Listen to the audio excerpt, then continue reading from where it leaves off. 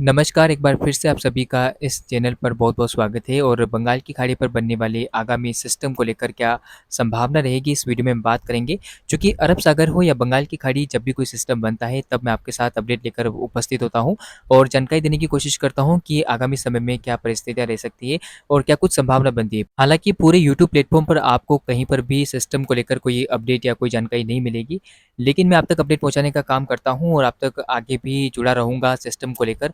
ऐसे में आप सभी से छोटा-सा निवेदन रहेगा कि अगर आप भी जुड़ना चाहते हैं चैनल के साथ, तो वीडियो को लाइक कीजिएगा, चैनल को सब्सक्राइब करना ना भूलें, बेल नोटिफ़िकेशन को भी ऑन करें ताकि आपके पास सिस्टम को लेकर, मौसम को लेकर और मानसून को लेकर सभी अपडेट जो है समय अनुसार आपके मोबाइल की स्क्रीन पर पहुँच जाए। तो चलिए जानते हैं सबसे पहले कि सिस्टम कब से बनना शुरू होगा और ये किस दिशा में आगे बढ़ सकता है। जैसा कि आप जानते हैं कि पिछले वीडियो में मैंने आपको बताया था कि किस तरह से सिस्टम 27 जून से फॉर्म होना शुरू हो जाएगा, उसके बाद 28-29 जून तक देश के राज्यों को प्रभावित करता हुआ आगे बढ़ेगा और ऐसा ही अभी हो रहा है। हालाँकि अब अगले सिस्टम को लेकर अपडेट आ चुका है, तो अब मैं आप तक अपडेट पहुँचा रहा हूँ। फिलहाल आप स्क्रीन पर देख सकते हैं, ये ईसीएमडब्ल्यू मॉडल है और इसमें आप देखिए कि लगभग 4 जुलाई के आसपास एक निम्न दबाव का क्षेत्र बंगाल की खाड़ी के ऊपर बन सकता है। मैं आपको इसमें बता रहा हूँ कि कब से सिस्टम बनना शुरू होगा, तो 4 और 5 जुलाई के आसपास ये सिस्टम उड़ीसा, छत्तीसगढ़ को पार करेगा। उसके बाद 6 जुलाई के आसपास ये सिस्टम मध्य प्रदेश को प्रभावित करता हुआ नज़र आएगा। चूँकि मैं आपको एक बार और दिखाऊँगा कि सिस्टम कब से कब तक बनना शुरू होगा।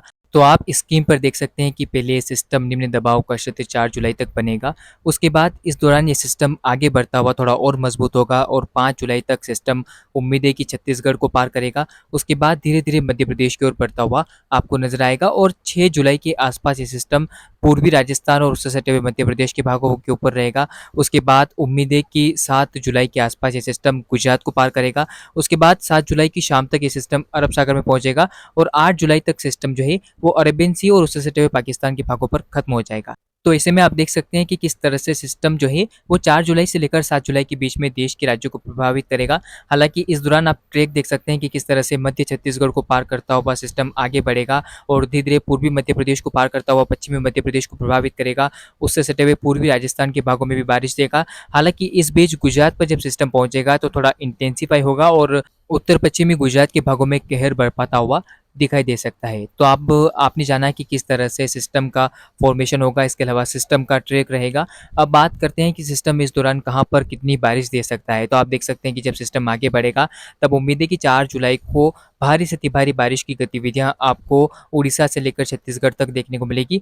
5 और 6 जुलाई के बीच में भारी से अति भारी बारिश की गतिविधियाँ मध्य प्रदेश, उसके अलावा गुजरात के कुछ भागों में और पूर्वी राजस्थान के भागों में देखने को मिलेगी और 7 जुलाई तक पश्चिमी राजस्थान के भागों में भी बारिश को लेकर संभावना बढ़ेगी। इसके अलावा गुजरात के अधिकांश भागों में भीषण मानसूनी बारिश रिकॉर्ड की जाएगी। तो इस दौरान आप देख सकते हैं कि किस तरह से बारिश का प्रभाव रहेगा। तो ईसीएमडब्ल्यू मॉडल की माने तो अच्छी खासी परिस्थितियाँ हमें नज़र आ रही है 4 जुलाई से लेकर 7 जुलाई के बीच। मध्य भारत में ये सिस्टम आगे बढ़ेगा और देश के उन राज्यों में बारिश देगा जहाँ पर अच्छी बारिश हो रही है और आगामी समय में भी बारिश होने की संभावना दिखाई दे रही है। अगर आपको लगता है कि ऐसा कुछ भी नहीं होने वाला है, तो आप एक और मॉडल देखिए, ये विंडी के मॉडल है और इसमें आप पूरी तरह से देख सकते हैं कि किस तरह से सिस्टम को लेकर राजस्थान के ऊपर केंद्र बताया जा रहा है। अगर मैं आपको इसमें बारिश को लेकर संभावनाओं को दिखाऊं तो आप देखिए कि लगभग 4 और 5 जुलाई के बीच में आप देखिए कि उड़ीसा, छत्तीसगढ़ से लेकर उत्तर प्रदेश, बिहार, झारखंड तक काफ़ी भारी बारिश होगी क्योंकि निम्न दबाव का क्षेत्र आगे बढ़ेगा।